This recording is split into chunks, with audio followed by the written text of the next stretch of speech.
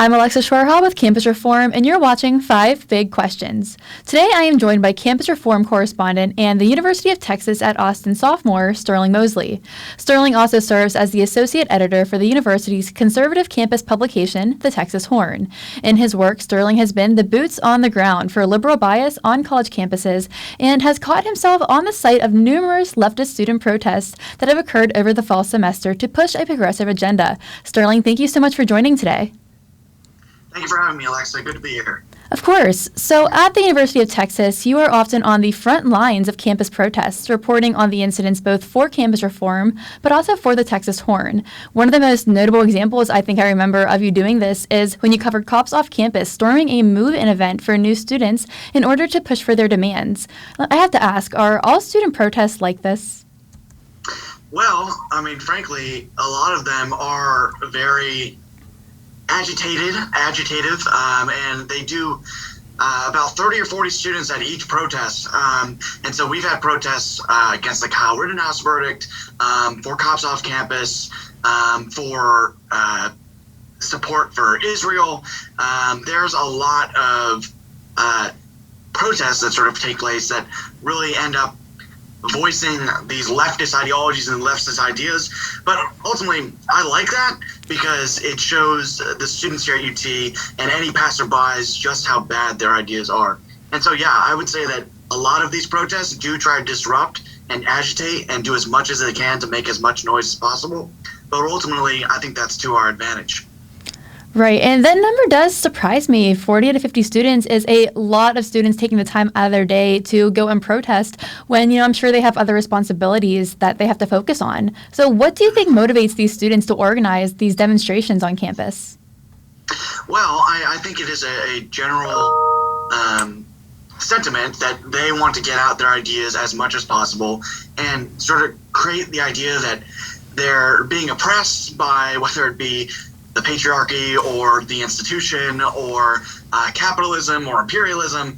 Whenever I talk to some of these protesters, when they're willing to speak with me, I'm honestly just shocked at some of the values and ideas that they hold. I often hear on media about the indoctrination of students on campus, but actually seeing it firsthand and seeing and getting to interview a lot of these protesters, it's honestly just shocking to see just how many of them are willing to support this kind of ideology and just how many of them are willing to take, not common sense positions on a lot of issues where ultimately a common sense solution could come about, but because they're so loud, because they're so agitative, and because they're so unwilling to sort of listen to a voice of reason, listen to alternative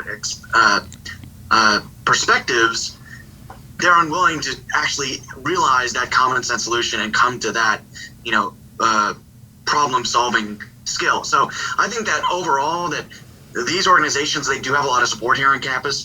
I like to say that there's a leftist coalition here made up of organizations like the Palestinian Solidarity Community, Young Socialists of America, the University Democrats, Underpaid at UT,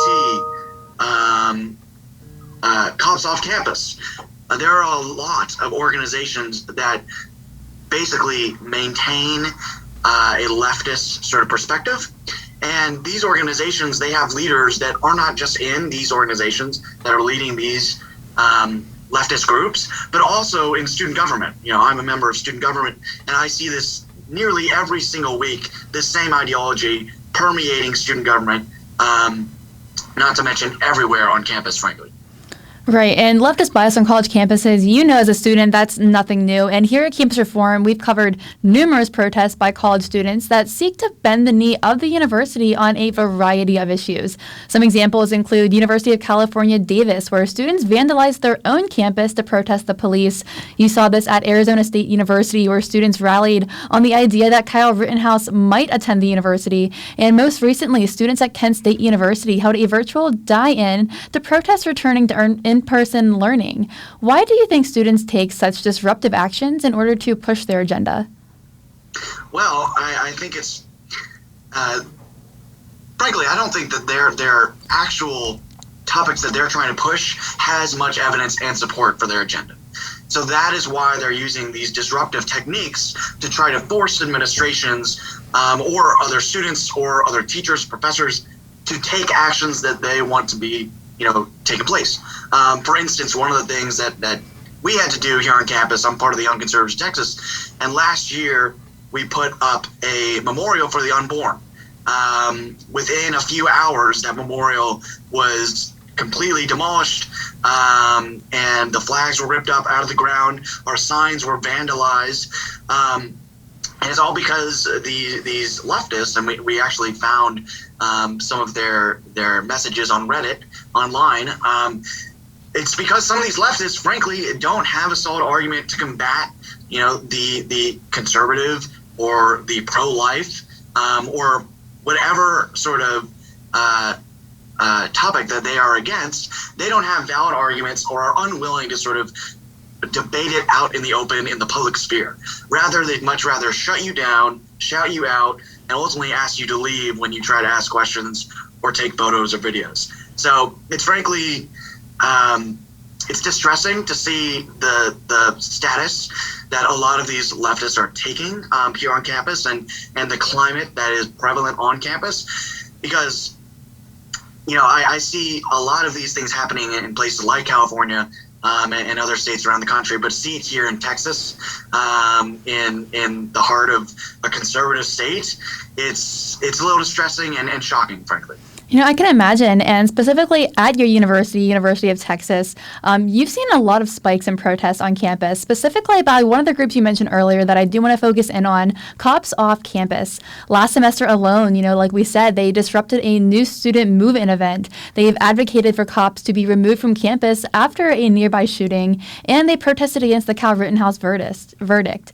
Now, with your experience in covering these protests, have you found that they're successful?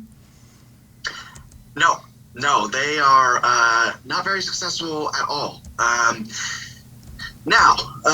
I say that their individual protests don't lead to very many changing of minds, pushes and change for administrative policies, that type of thing, I will say that because they're able to spread their ideas and because they are slowly growing their membership more and more, they're able to infiltrate things like student government. So, for example, last semester, our student government voted basically in a resolution to have students vote against Proposition A. And for those unfamiliar, Proposition A here in Austin would have given more funding to police in order to hire more police officers, because in 2020, the Austin City Council had defunded our police department. So that proposition would have increased funding for a safer campus. And so these organizations, the Cops Off Campus, really are pushing an ideology and a perspective that is really endangering to students. I've spoken to tons of UT students here on campus who feel unsafe walking through West Campus, which is where we have a ton of apartments, where a lot of students live, because of the lack of police officers, because of the lack of just general safety in the area, and because of the increase in crime that we're seeing here in Austin. We are having record murder rates this past year, and it's ridiculous to sort of see that this Cops Off Campus group, especially even after a shooting on Halloween last year, are coming out and protesting against our own student safety. And so I think a lot of students are realizing that this is a dangerous ideology. I know that when those protests were taking place, there were some students, some passerbys that would chant along with them, but there was also a considerable amount of students that tried to stand up to them, that questioned their motives, that asked for their motivations, and really tried to share a different perspective. So that sort of brings me some hope with all these protests, because hopefully we're able to gain a strong enough coalition here on campus to push back against Cops Off Campus and really showcase to the student body that the ideology that they're pushing is not smart, it's not common sense, and frankly, it's dangerous. Right, and then I want to segue right off of what you just said there. We see these protests on campus, and they appear to be derived from this left-wing agenda. So how would you recommend that conservative students respond to shift this culture and fight for their own values on college campuses? Yeah, well, I think it starts really right at the beginning. Conservative students, when they find liberal students that are protesting and trying to get out their ideas, challenge them. Go up to them, ask them questions, debate. Try to understand, one, where they're coming from, because ultimately, in order to defeat your enemy, you need to understand their motivations. I shouldn't say enemy, your adversary. In order to sort of counter those ideas, you need a true understanding of them. And I think that is one of the biggest things that we need to do, is actually engage in a debate and show them that our ideas are fundamentally better, that they are based in common principles and rights established in the Constitution. And their ideas are built off of an ideology that is more like a house of cards than a strong house with a foundation.